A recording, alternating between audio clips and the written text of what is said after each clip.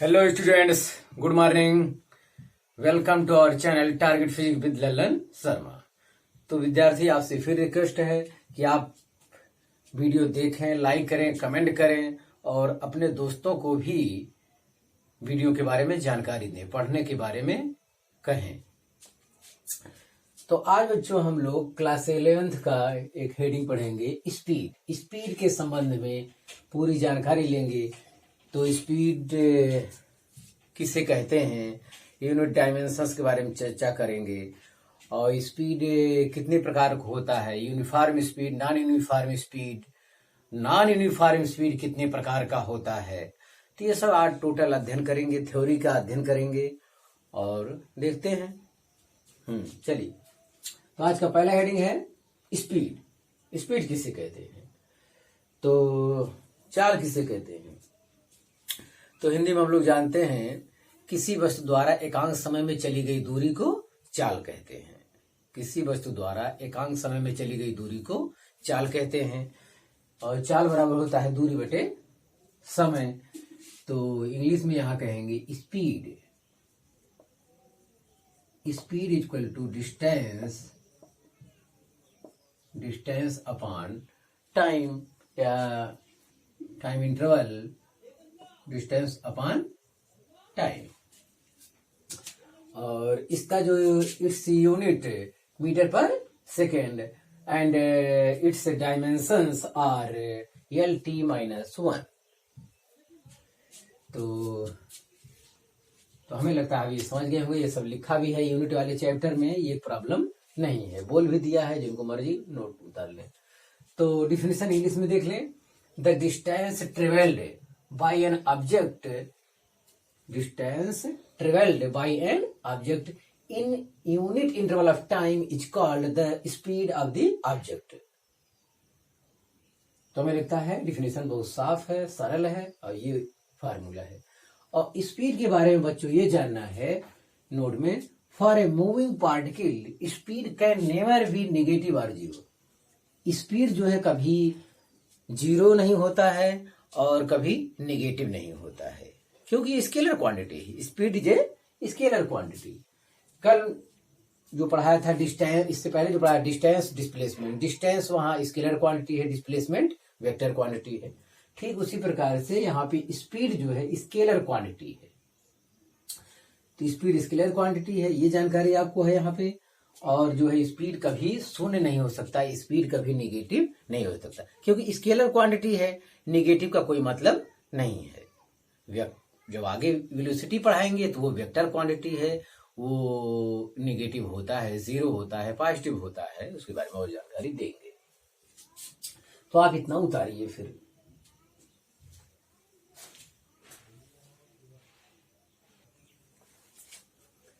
तो हाँ विद्यार्थी, स्पीड जो है दो प्रकार का होता है, यूनिफॉर्म स्पीड और नॉन यूनिफॉर्म स्पीड। तो नंबर ए पहला है यूनिफॉर्म स्पीड। तो यूनिफॉर्म स्पीड जो है, यूनिफॉर्म स्पीड को समझें आप लोग, जैसे कोई रास्ता है, स्पीड का मतलब होता है कोई चाहे जैसे रास्ता हो उस रास्ते पे जा रहा है। तो यूनिफॉर्म स्पीड का मतलब जो चल रहा है, जैसे 1 मिनट में when a particle covers equal distance in equal interval of time। जब कोई गतिमान वस्तु जो है समान समय अंतराल में समान दूरी तय करती है, जब कोई गतिमान वस्तु समान समय अंतराल में समान दूरी तय करे, तो वस्तु की इस प्रकार की गति को एक समान गति या यूनिफॉर्म स्पीड कहते हैं। तो जैसे यहां से गया, यहां 1 सेकंड में ये इतना गति किया, फिर उतनी ही दूरी तय किया, वो भी 1 सेकंड में, फिर उतनी ही दूरी तय किया 1 सेकंड में, फिर उतनी ही दूरी तय किया 1 सेकंड में। तो ये टाइम और डिस्टेंस हमेशा क्या करता है, सेम तय करता है। तो वस्तु की इस प्रकार की चाल को क्या कहते हैं, एक समान चाल कहते हैं। ध्यान दें हमेशा। तो है ने पार्टिकल कवर्स, जब एक कण जो है कवर करता है equal distance in equal interval of time, तो सब में 1 सेकंड लगा है। तो 1 सेकंड में ओ से ए पे गया, फिर 1 सेकंड में ए से बी पे गया, 1 सेकंड में 20 से 20 उतना ही डिस्टेंस सब हमेशा कवर करता है, तो ये क्या कहलाएगा? यूनिफॉर्म स्पीड कहलाएगा। हमें लगता है कि आपको मतलब क्लियर हो गया होगा। ये कठिन परिभाषा नहीं, बस जानना है। तो अगर कोई कहे यूनिफॉर्म स्पीड का फार्मूला बताइए, तो यूनिफॉर्म स्पीड का फार्मूला भी वही होगा, डिस्टेंस अपॉन टाइम। यूनिफॉर्म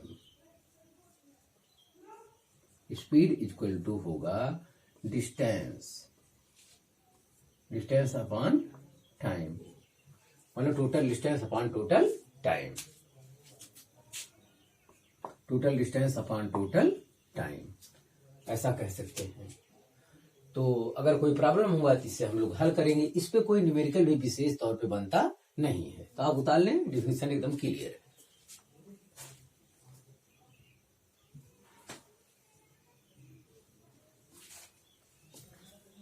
तो दूसरा हेडिंग है उसका नॉन यूनिफॉर्म स्पीड।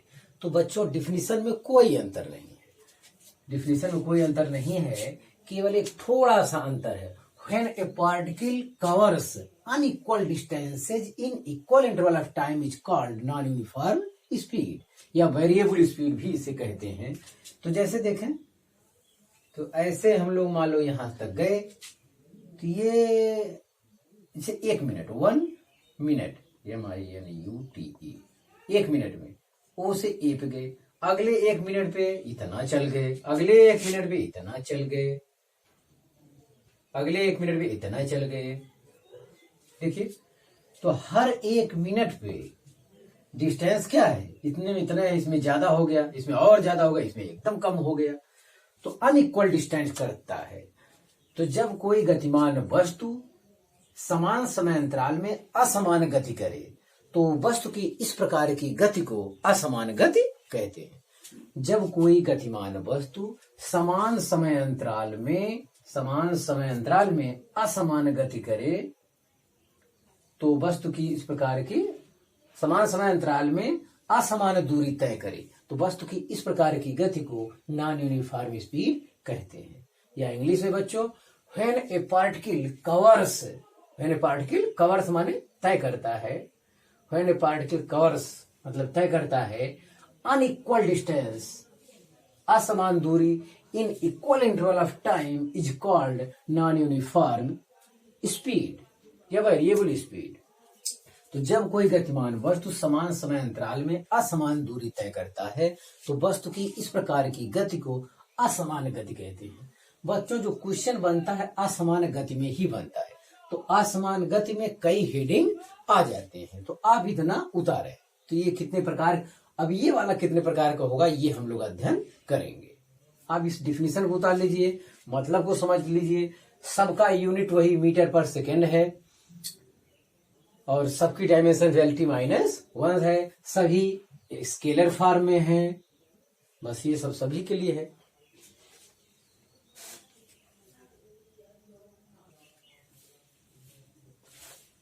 तो हाँ विद्यार्थी, नॉन यूनिफॉर्म स्पीड का पहला हेडिंग है एवरेज स्पीड, औसत चाल। औसत चाल किसे कहते हैं? तो असमान गति करते हो, तो ये बच्चों ये नॉन यूनिफॉर्म स्पीड का है, तो इसकी जो डिफिनीशन वगैरह उसमें नॉन यूनिफॉर्म स्पीड आना चाहिए। तो असमान गति करते हुए वस्तु द्वारा तय की गई कुल दूरी, असमान चाल से गति करते हुए वस्तु द्वारा तय की गई कुल दूरी और उसमें लगा कुल समय के अनुपात को क्या कहते हैं? औसत चाल कहते हैं, एवरेज स्पीड कहते हैं। तो जैसे एवरेज स्पीड, या आप क्रिकेट की भाषा में बच्चों समझना चाहे, जैसे कि विराट कोहली जो है, साल भर में उनके पूरे करियर का अगर आप औसत ज्ञात करना चाहें, तो टोटल रन आप जोड़ लें, टोटल रन आप जोड़ लीजिए और टोटल मैच की संख्या से क्या कर दीजिए, भाग दे दीजिए, तो जाहिर उनका औसत आ जाएगा। जो भी हो औसत हो, हमें जानकारी नहीं है। तेंदुलकर का है 45 रन पर मैच, तो एक मैच का जो औसत आता है वो उनका कितना आता है? 45 रन का। तो अच्छे खिलाड़ी में गिनती होती है, तो जिनका औसत ज्यादा आएगा वो अच्छे खिलाड़ी माने जाएंगे पर मैच के हिसाब से। तो टोटल रन जोड़ लीजिए और टोटल मैच की संख्या से डिवाइड कर दीजिए, तो इसी को एवरेज कहा जाता है उस भाषा में। तो ठीक वही प्रक्रिया यहां भी अपनाई जाती है। तो असमान गति वहां जो रन वो लोग बनाए हैं वो हर मैच में अलग अलग स्पीड से बनाए हैं, तो वो भी नॉन यूनिफॉर्म स्पीड वाला ही केस है। तो आप क्रिकेट अगर पसंद करते हैं तो वो उदाहरण आप वहां समझिए, कोई दिक्कत नहीं है, पूरी तरह वो इस पर मेल खाता है। During non uniform speed the ratio of total distance travelled to the time taken is called average speed. तो एवरेज स्पीड बराबर होता है बच्चों total distance travelled upon time taken. तो मैं फिर कह रहा हूं हिंदी में डिफिनेशन कि असमान चाल से गति करते हुए वस्तु द्वारा तय की गई कुल दूरी और उसमें लगे कुल समय के अनुपात को क्या कहते हैं, रेशियो को क्या कहते हैं, एवरेज स्पीड कहते हैं। तो टू का मतलब यहाँ एवरेज से ही है। During non uniform speed, during मतलब दौरान, असमान गति के दौरान, the ratio of total distance travelled to the time taken is called average speed. Average speed या VAV एवरेज इस टाइप से संकेत में हम लिखेंगे total distance travel upon time taken. तो आप बच्चों उतार लीजिए, इसमें और सब फार्मूले हैं, अब हमें समझना होगा उसको फॉर न्यूमेरिकल।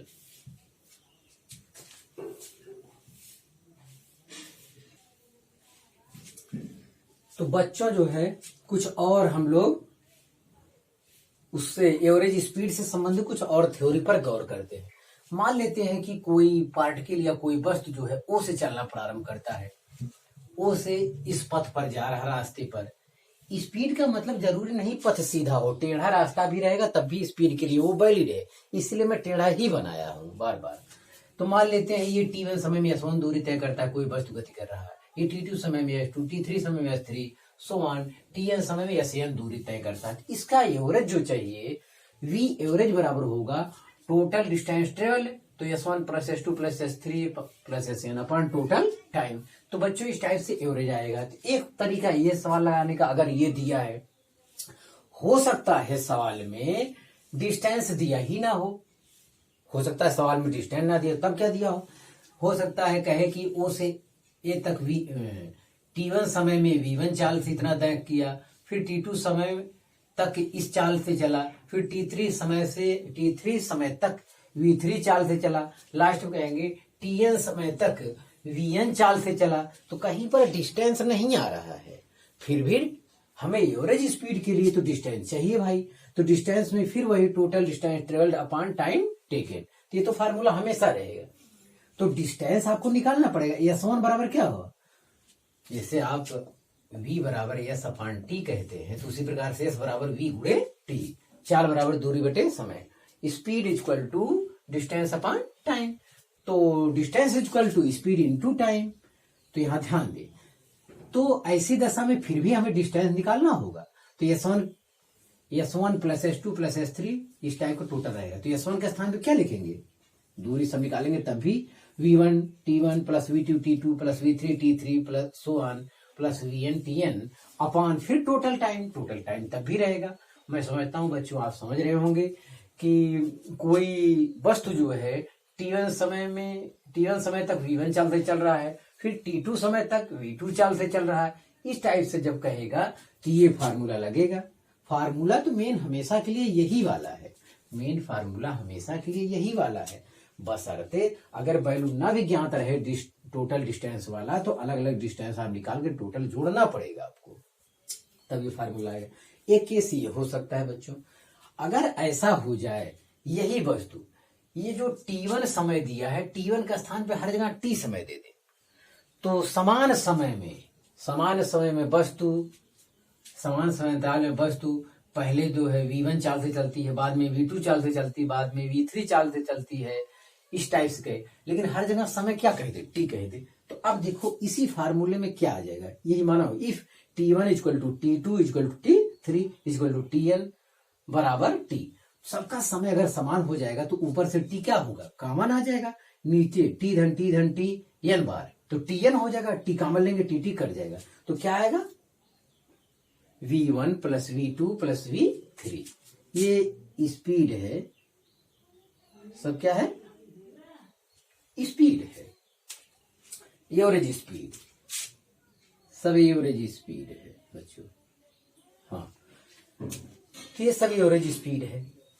तो अब ये क्या है, इसे कहा जाता है अर्थमेटिक मीन या अर्थमेटिक मीन ऑफ स्पीड, मतलब चाल का समांतर माध्य। अर्थमेटिक मीन मतलब समांतर माध्य हिंदी में कहते हैं, arithmetic mean of speed, speed का अर्थमेटिक मीन। तो अब देखें यहाँ पे, अब ये कहिए इस फार्मूला कब लगाएंगे, तो ये सवाल लगाने में जल्दी भी तो हो सकता है, समान समय अंतराल में इतने इतने चाल से गति करता है, तो ये फार्मूला लिखने के बजाय सभी चाल को जोड़ लिया जाए बटे टोटल टाइम से भाग दिया जाए। इसे 3 बार दिया है तो 3 मिनट कह दे तो 3 मिनट से क्या कर देंगे, टोटल डिस्टेंस ले लेंगे और टोटल टाइम जोड़ लेंगे। तो टाइम तो आएगा ही नहीं, नंबर आएगा कितनी बार हुआ है, टाइम तो कट गया। 5 बार अगर ऐसा हुआ है तो बटे 5 आ जाएगा। ये चीज 5 बार जोड़ा गया है तो V1 plus V2 V3 plus V5 तक जोड़ेंगे, बटे 5 से क्या कर देंगे, डिवाइड कर देंगे, क्योंकि टाइम तो कट गया है ऊपर नीचे। तो ये कितनी बार, तो ये सवाल भी आपके लिए, ये फार्मूला भी आपके लिए क्या हो सकता है, कारगर हो सकता है। ध्यान दें, तो 3 फार्मूले को उतारे, एक और अभी हमें समझाना इसमें।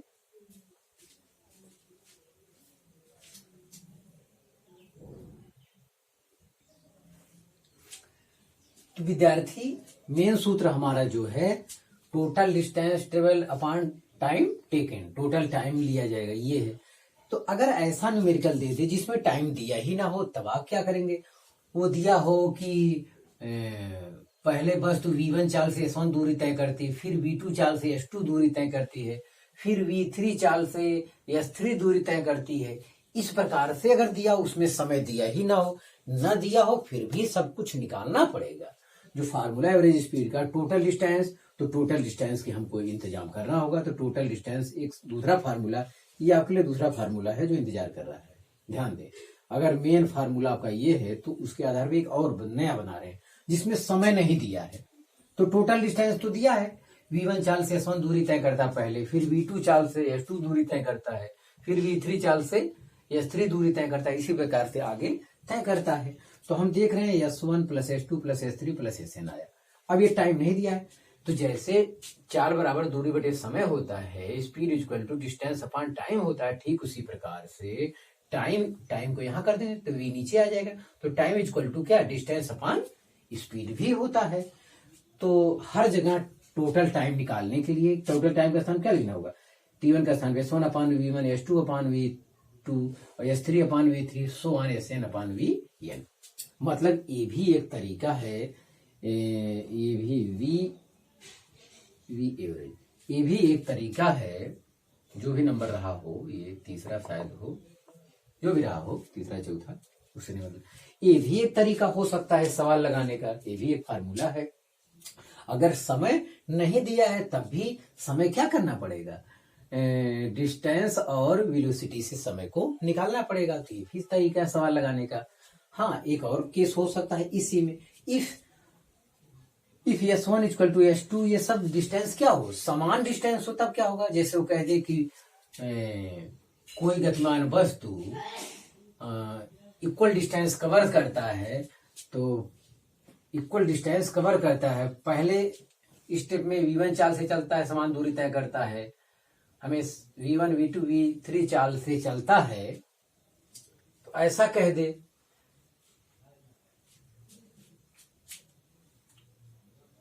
अगर S1 S2 S3 Sn सब बराबर हो जाए तो बच्चों जो इसमें हम वैल्यू रखेंगे, तो इसमें वैल्यू रखेंगे तो ऊपर yes yes yes yes yes 5 बार जैसे जोड़े आप, तो 5 यस आया, नीचे यस यस अपान इतना यस यस कॉमन हो जाए, यस यस कट जाएगा, तो 5 बटे आएगा 1 अपान V1। जितनी बार जोड़ेंगे, तो वहां n बार जोड़े हैं तो यहाँ कितना आया है, n आया है, तो 1 अपान V1 1 अपान V2 1 अपान V3 प्लस करके यहाँ तक आया। इस टाइप से हो सकता है।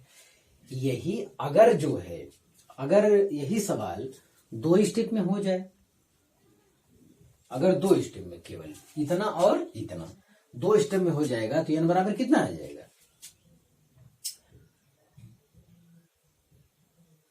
For two step, for two step, for two step, two step के लिए तो एन के स्थान में क्या हो जाएगा, तो वी एवरेज इक्वल टू हो जाएगा 2/1/V1 प्लस 1/V2।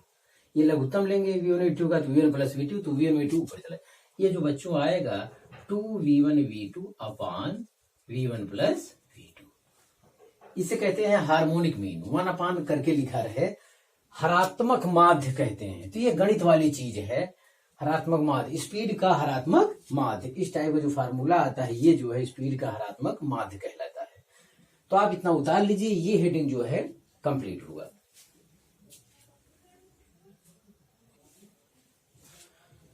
तो बच्चों एवरेज स्पीड, नॉन यूनिफॉर्म का एक केस हम लोग पढ़े हैं एवरेज स्पीड, दूसरा है इसका इसी में इंस्टेंटेनियस स्पीड। तो इसमें बच्चों गति के दौरान किसी क्षण पर जो स्पीड होता है उसी को ही एवरेज स्पीड कहते हैं। पर्टिकुलर जैसे आप कार ड्राइव कर रहे हैं तो आप 9 बजे देख रहे हैं गाड़ी चाल, 9 बजे या 9:05 पे गाड़ी चाल कितनी है, तो वो इंस्टेंटेनियस स्पीड है, किसी क्षण विशेष पर आप देख रहे हैं। 8 बजे, 9 बजे, 8:30 बजे, 7 बजे, 6 बजे, किसी क्षण विशेष पर 8:05 पर देख रहे हैं स्पीड गाड़ी की कितनी है, तो वो इंस्टेंटेनियस स्पीड कहा जाता है, किसी क्षण पर। तो कार में जो स्पीडोमीटर लगा होता है वो हमें क्या बताता है, इंस्टेंटेनियस स्पीड बताता है। तो इसकी डिफिनेशन देखें, बहुत जरूरी है, इस पे न्यूमेरिकल है। तो instantaneous speed during non uniform speed, मतलब ये नॉन यूनिफॉर्म स्पीड का ही हिस्सा है, ये मैं कह रहा हूं, डिफिनेशन में क्लियर कर रहा हूं। तो असमान गति के दौरान, ड्यूरिंग नॉन यूनिफॉर्म स्पीड, असमान गति के दौरान, the speed of particle at particular instant, मतलब किसी विशेष क्षण पर, पार्टिकुलर इंस्टेंस, किसी विशेष पल पर जो स्पीड होता है, the speed of particle at particular instant is called instantaneous speed. बस यही हमें आपको कहना था। तो डिफिनेशन बच्चों बहुत क्लियर है, साफ है, कहीं कोई आशंका नहीं है। आप नोट अवश्य बनाते चलिएगा, क्योंकि मैं बहुत साफ जो है आपके लिए नोट बना रहा हूं। तो during non uniform speed, the speed of particle at particular instant is called instantaneous speed. Instantaneous speed में बच्चों समय को क्या करना होगा, टेंस टू 0 लेना होगा। जैसे कोई डिस्प्लेसमेंट डिस्टेंस का इक्वेशन दे दिया तो t बराबर 5 सेकंड जो रख देंगे, वही जो वेग आएगा वही उत्तर हो जाएगा। एक विशेष t बराबर 5 सेकंड, t बराबर 1 सेकंड, t बराबर 10 सेकंड, कुछ इस टाइप का कर देंगे तो 10वें सेकंड का जो स्पीड होगा वही हमारे लिए क्या कहलाएगा, इंस्टेंटेनियस स्पीड कहलाएगा, या तात्क्षणिक चाल कहते हैं हिंदी में, शायद देख लीजिए अपने बुक में। हाँ, तो ये लिमिट, ये इशारा कर रहा है डेल्टा टी टेंस टू 0, या बच्चों वो डिस्टेंस का इक्वेशन दिया रहेगा, एक बार हम डिफरेंशिएशन कर लेंगे तो क्या हो जाएगा, चाल की हो जाएगा, और उसमें टाइम t इक्वल टू कुछ रख देंगे तो हमें हमारा वैल्यू मिल जाएगा। इस पे प्रॉब्लम जब हल करेंगे तो हमें जो है हल हो जाए, हमें पता चल जाएगा। तो आपसे रिक्वेस्ट है कि मैथमेटिकल टूल्स एक चैप्टर पढ़ाया गया है, उसका डिफरेंशिएशन जरूर क्लियर कर लें, डिफरेंशिएशन इंटीग्रेशन, अदरवाइज इस चैप्टर में दिक्कत होगी। हाँ, ये चीज और नोट में लिखा है, the speedometer in A car indicates, माने बताता है, प्रदर्शित करता है, the instantaneous speed of the car. यही मैं आपसे बताया कि कार में, बाइक में, जो भी है उसमें किसी क्षण विशेष पर जो आपका स्पीड आप जानते हैं वो हमारा कौन सा स्पीड होता है, इंस्टेंटेनियस स्पीड होता है। तो हम समझते हैं कि आपको समझ में आ गया होगा, आप इसे उतार लीजिए।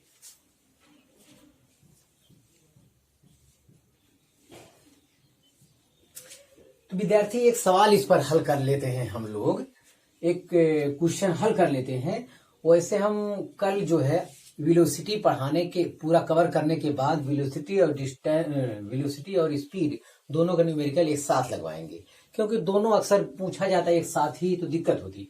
फिर भी एक न्यूमेरिकल आज हम लगवा दे रहे हैं, कह रहा है अच्छा numerical, if A particle travels the half distance with speed v1 and second half distance with speed v2. Find the average speed during the journey. तो वो कह रहा है कि ये टोटल डिस्टेंस है, जैसे ए बी मान लेते हैं हमारा ए बी, ये टोटल डिस्टेंस कितना है, टोटल डिस्टेंस मान लेते हैं 2s है, चलिए ये मान लिया। और हाफ डिस्टेंस वो मतलब यस जो है कितने चाल से चल रहा है, v1 चाल से कर रहा है। सेकेंड हाफ डिस्टेंस यस जो है वो तय कर रहा है v2 चाल से। तो एवरेज डिस्टेंस पूछ रहा है, एवरेज डिस्टेंस जो है v average total distance upon time taken, time. तो टोटल डिस्टेंस विद्यार्थी आपका 2s है, तो अपने 2s रखिए अपॉन टाइम टेकन। ए से सी तक जाने में लगा समय मान लेते हैं t1 है, और सी से बी तक जाने में लगा समय मान लेते हैं क्या है, t2 है। लेकिन समय नहीं दिया है, तो समय नहीं दिया है तो समय हम लोग निकाल लेते हैं। t1 के स्थान पे yes upon v1, yes upon v1, और t2 के स्थान पे यस अपॉन v2। तो विद्यार्थी हम लोग ऊपर यस 2s, ऊपर 2s आई है, नीचे वाले में यस कॉमन ले लेते हैं, यस कॉमन ले लेंगे तो 1 upon v1 plus 1 upon v2 आ जाएगा। तो ये यस से यस कट जाएगा, तो ये 2 अपॉन v1 v2 एलसीएम ले लेंगे तो हो जाएगा v1 प्लस v2। तो ये ऊपर जाएगा तो हो जाएगा 2v1 v2 upon v1 plus v2। ये v एवरेज आ जाएगा बच्चों। तो ये आपका सवाल हुआ। तो आप बच्चों मेहनत से पढ़ाई करते रहे, ऑल दी वेरी बेस्ट।